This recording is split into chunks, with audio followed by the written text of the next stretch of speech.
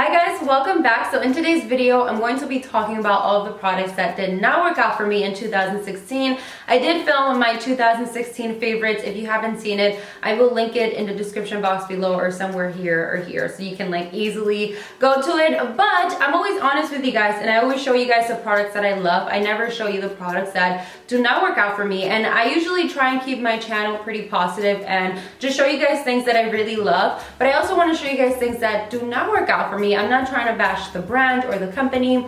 I'm just telling you guys my honest opinion on why these products didn't work out for me. So I hope you guys find this video helpful. So if you want to see all of the products that did not work out for me in 2016, then just keep watching. So everything in my box is makeup except for two products. So I'm just gonna get those two things out the way and then we can get into the makeup part. So the first item that did not work out for me at all whatsoever was the Neutrogena oil-free cleansing wipes, and it says it's for acne-prone skin. But honestly, I have acne-prone sensitive skin, and when I tried this, let me just tell you, it felt like my skin was burning. It felt like my skin was like itchy, and as soon as it went anywhere near my eyes, I started to get teary and it started to burn around like the outer parts of my eyelids. It was just very uncomfortable. If you have sensitive acne-prone skin, I would recommend the Neutrogena one that comes in the lavender purple packaging. That one, I really love the scent and I really love how gentle it is on my skin. This one has a really strong scent as well. That's something that I did not like.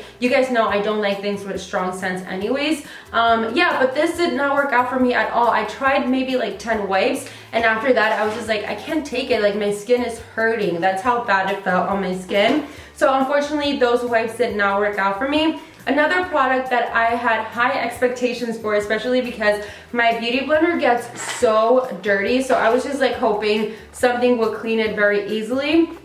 The only thing that I like to use to clean my beauty blender are the Beauty Blender solid cleansers. I have like 10 of these. I bought backups just because it's my holy grail. I feel like it's the best way and the easiest way for me to clean my beauty blender. But I was like, okay, let me give this a try because, I mean, why not? So this is a liquid blender cleanser by Beauty Blender, and I have a lot of reasons why I don't like this. First of all, when you pump out the product, it like literally goes everywhere. So it's very hard to actually get the product on the beauty blender. So that kind of gets messy when you're like trying to get the product on the beauty sponge. Another reason I did not like this is because it took so much product to actually get this to look clean and to be clean at the same time. So I was just like, you know what? I give up on this. It takes so long to clean it. The whole reason I wanted to try this was because I thought it would be faster to clean my beauty blender, and it wasn't. This is 100 times faster. Literally a few swipes, wash it off, rinse it off, and your beauty blender will be clean. So this unfortunately was a fail for me. Okay, let's move on to some makeup products. I'm really excited to show you guys the things that did not work out for me. I'm gonna start off with a foundation stick by Anastasia Beverly Hills. I had super high expectations for these foundations because one, you guys know that I love Anastasia Beverly Hills products. She has amazing products, from highlighters to brow products to eyeshadows to basically anything. So when I heard she was coming out with foundation sticks for oily skin girls, I was like, yes! And stick formulas are one of my favorites. I love the Makeup Forever, and I also have a new one by Lancome, which I'm obsessed with. You guys will hear about it pretty soon.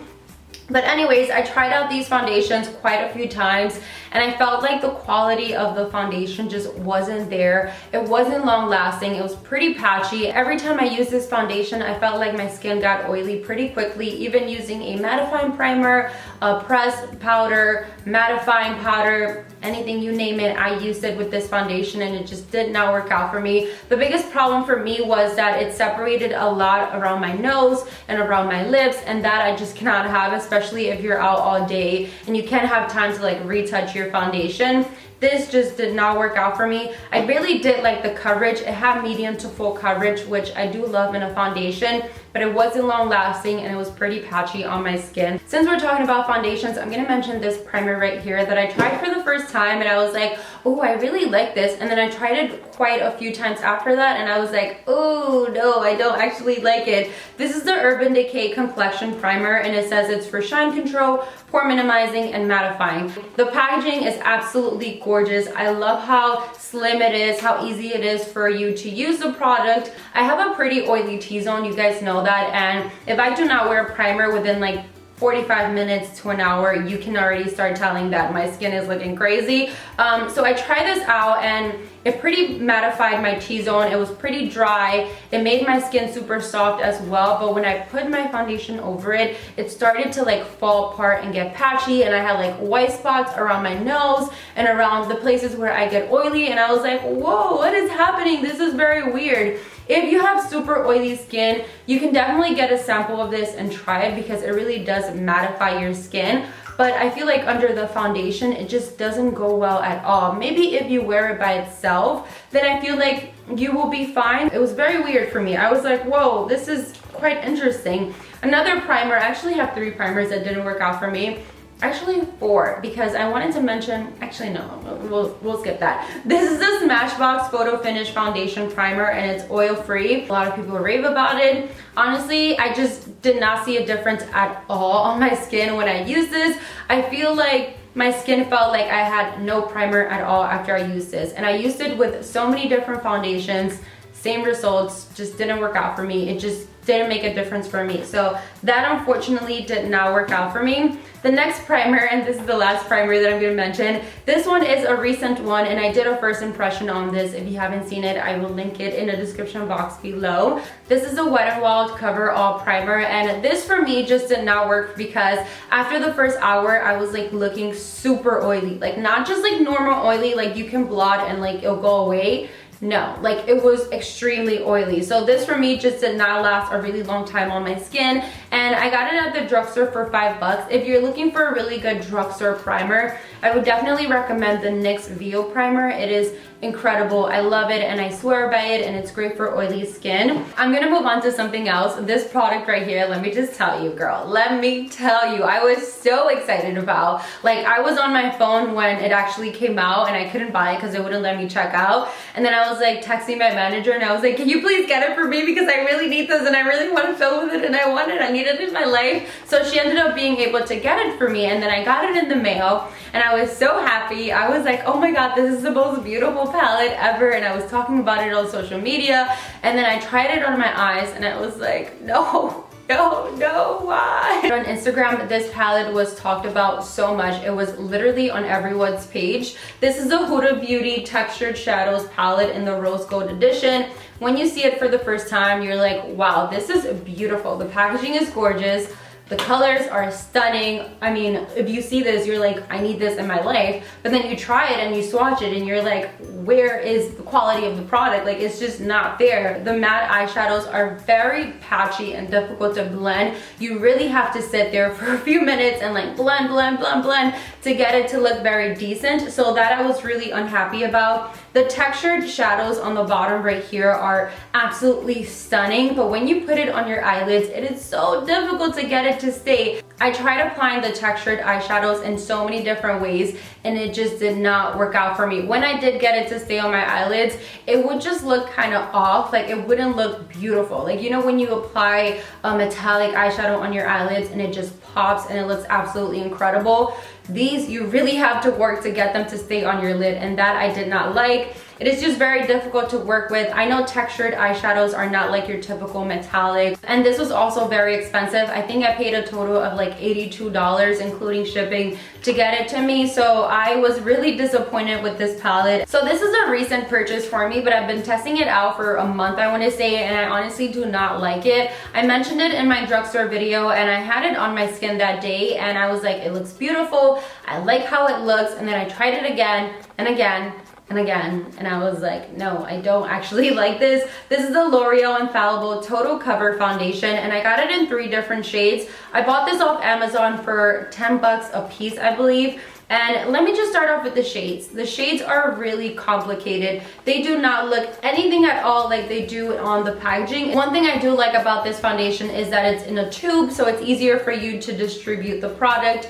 I do not like that you cannot see the color of the foundation because the actual foundation, it's like 2 shades darker than what the packaging actually is. So that's kind of a bummer for me because I have to buy 3 different foundations in order to get my perfect match, and I still don't have my perfect my perfect match. So this foundation has sort of like a moussey texture, which I do really like in a foundation, but when you're trying to blend it out on your skin, it is just very difficult. You really have to work with a foundation brush and buff it into your skin. With a beauty blender, it just does not work on my skin at all. And I use a beauty blender for all of my foundations, no matter if I'm using a stick foundation, liquid foundation, it works great with my beauty blender. But for some reason, this foundation just doesn't really like cover everything. So this foundation claims to last 24 hours, and it says it's full coverage, weightless feel. It does feel really lightweight when you put it on your skin, but something I do not like about this foundation is that when you apply it on your skin, you can actually see some empty spots as you're distributing the foundation on your skin.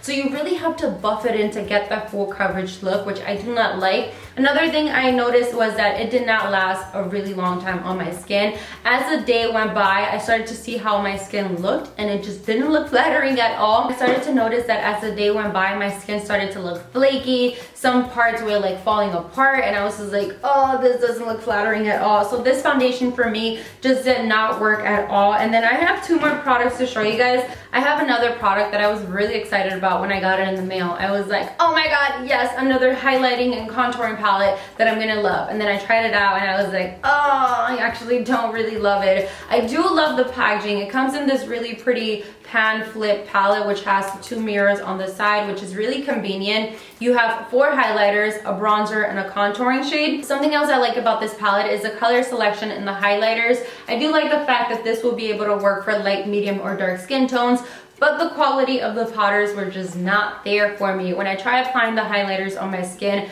was very patchy and it was very difficult to blend on my skin. I feel like I had the hardest time blending this contour shade right here. I remember I did a first impression video on it, so if you haven't seen it, I'll also link it in the description box below. When I put it on my skin, it just started to look very muddy and it just didn't look flattering at all. So I was like, ugh, I actually don't really like it. And then the highlighters, the colors are very pretty, but when you put it on your skin, it just doesn't look that great. For me personally, I like my highlighters to blend into my skin. I don't like them to interfere with my foundation, my contour, my bronzer, and I feel like these highlighters just did not work out for me, and the quality of the powders were just not there for me. So unfortunately, this did not work out for me. And then the last product that I wanted to mention is another one that I was really excited about, because whenever I see a highlighter, especially if it says it's limited edition, I will buy it. I'm like, I don't care, I need the highlighter in my life. And this one right here, I was really excited about because it's actually a collaboration with Estee Lauder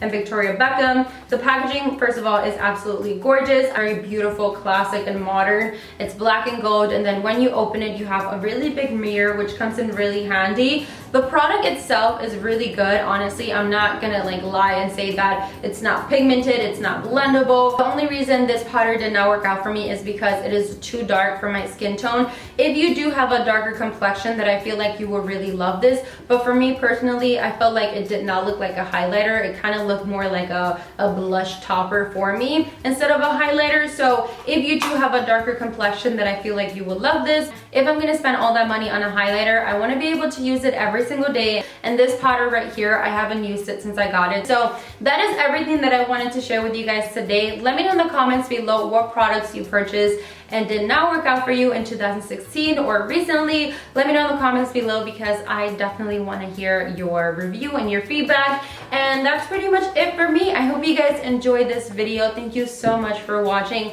If you enjoyed it, don't forget to give it a thumbs up and subscribe. And I will see you all in my next one very soon. Bye.